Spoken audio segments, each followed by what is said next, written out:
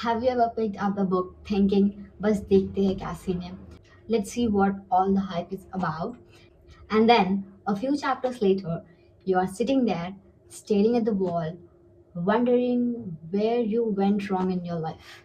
Yup, that was me during Alif. मुझे लगता था कि it would be like a typical drama, like a Pakistani drama होगा, like it will follow a rich guy, poor girl, a little fame, a little tragedy. But Umera Ahmed said, hold my tea, sister.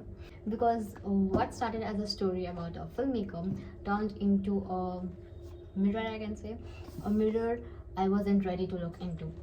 So yeah, here's my review for the book Alif. It is written by the one and only Umera Ahmed, the one and only who has also written the book Pire Kamil, जिसको मैंने बहुत खूबसूरती से paint किया है. So yeah, she wrote Pire Kamil, she wrote Aks, she also wrote the book क्या नाम था उसका, Amarwell. So yeah, Amarwell और Pire Kamil मेरे को दोनों भी पसंद नहीं है. I thought they are overhyped. So with the same mindset I got into the book. I thought कि मेरे को भी ये book पसंद नहीं आती. But still, I was surprised. Okay, story की बात करें तो अलिफ फॉलोज खल्बे मोमिन, जो मेन कैरेक्टर है उसका नाम खल्बे मोमिन है. He is a super successful film director, you know, the one like in the K-dramas, who is super successful, who is super rich. He has money, fame and everything, awards. Everyone is praising him. He is talented, but with everything, with quick success, with overnight success, you get arrogant. So Qalbe Momin is very arrogant, but he is not at peace. He is not okay with the way his life is, but he's not उसको acknowledge भी नहीं कर रहे. He's just not even acknowledging the fact that he's not happy. He's just so involved in his life, which in his filmmaking and everything, that he doesn't even notice.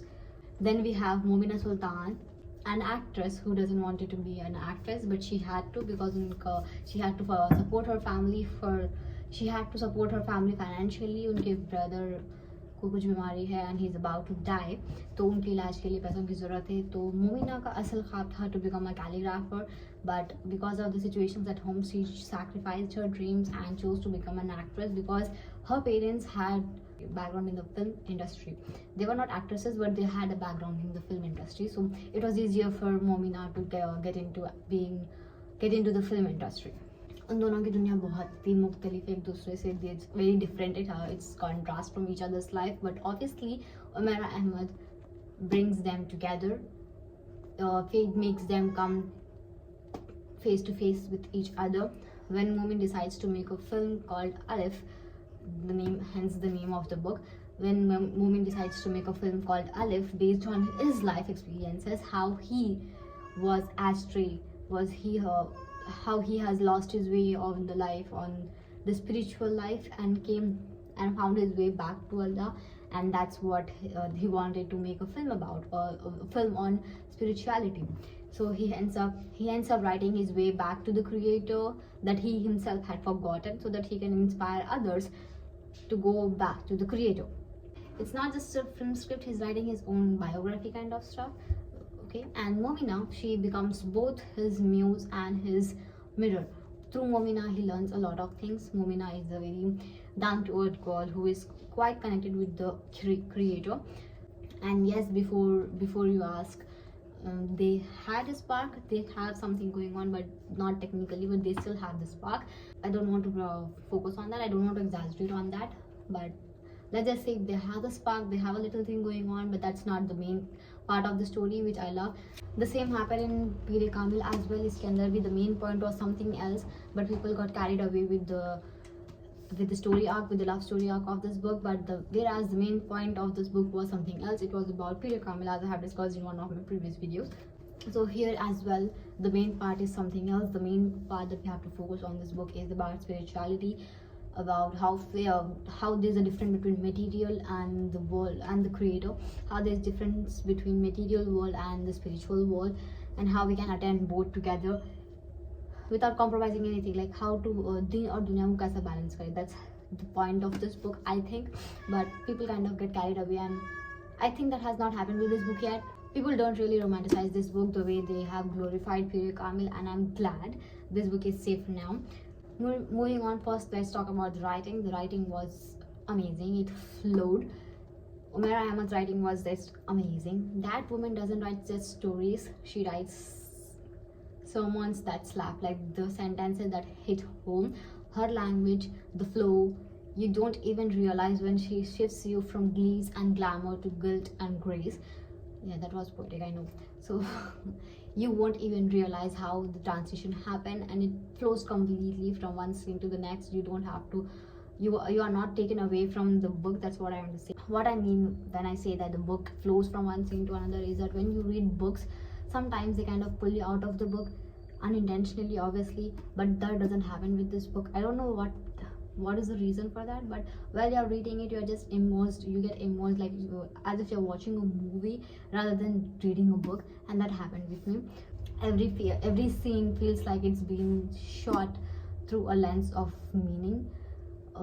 You feel the weight of words, the silence between the dialogues, and those little moments where fate just sneaks in. It's not a main thing. It doesn't feel like it's forced. It feels like it is the thing that this is the next thing that should have been happening. This is the next logical thing.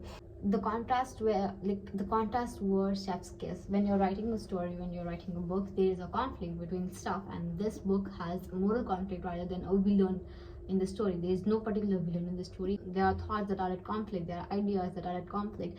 Qalbe Momin has a different understanding of life, and his dada, his grandfather, he has a different way of living a life, a different philosophy, and that is the conflict of the book. Fame was his faith, ego was his humility, art was a worship, and Qalbe Momin's transformation of that arc is what character writing dreams are made of. But I think it was a little too imaginative and away from realism. The same happened with the Piri Kamil, where Salar was on the mountains and suddenly he had this awakening, like no one else, and he is completely a good, pure person, a pure personality, excellent Muslim. And the same happens over here. Qalbe Momin just had this awakening moment, and he is no longer a bad guy. He is a very good guy and turns toward the Allah. And I feel that doesn't really happen in the real life. Asli zindagi mein there are a lot of challenges. We do know that things are wrong, but we sometimes just give in to our desires, and that is the part that I don't agree with. Like the overnight transition, that doesn't happen. I wish it had shown a few challenges that Qalbe Momin had faced.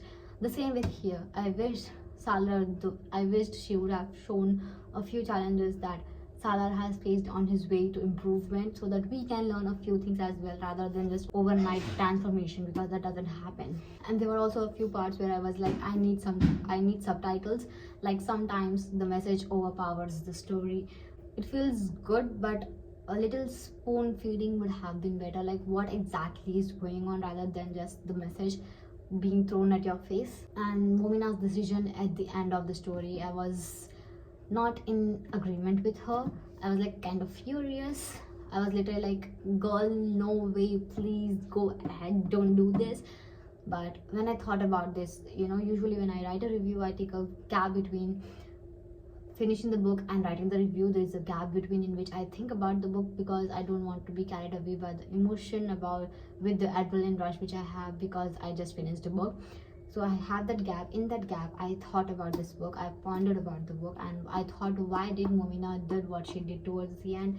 But it made sense.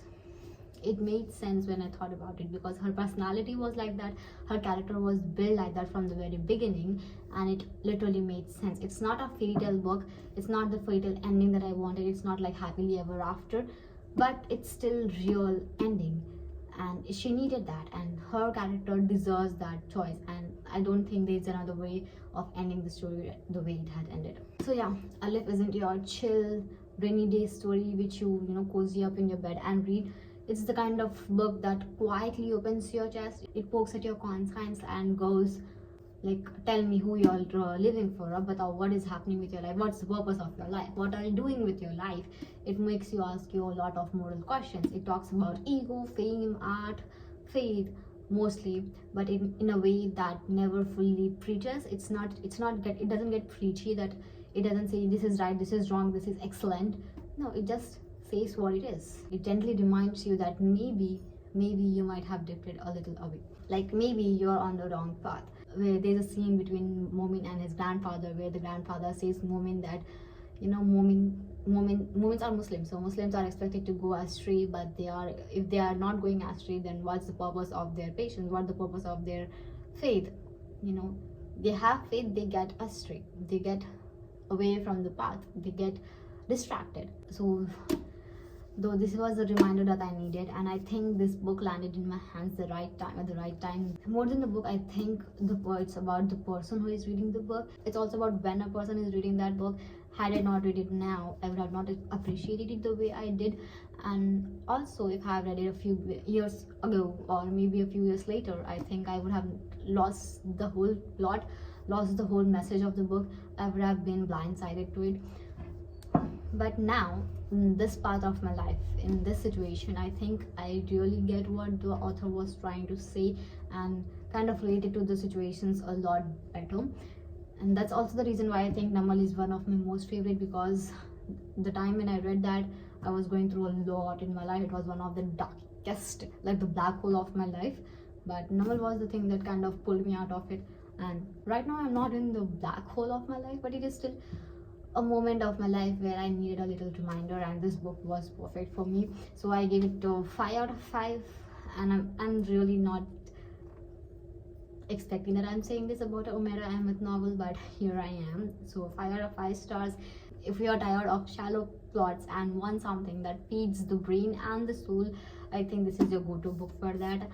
That was it for today. If you like this video, go watch another one, because that's how algorithm works. See you all next time. Allah Hafiz.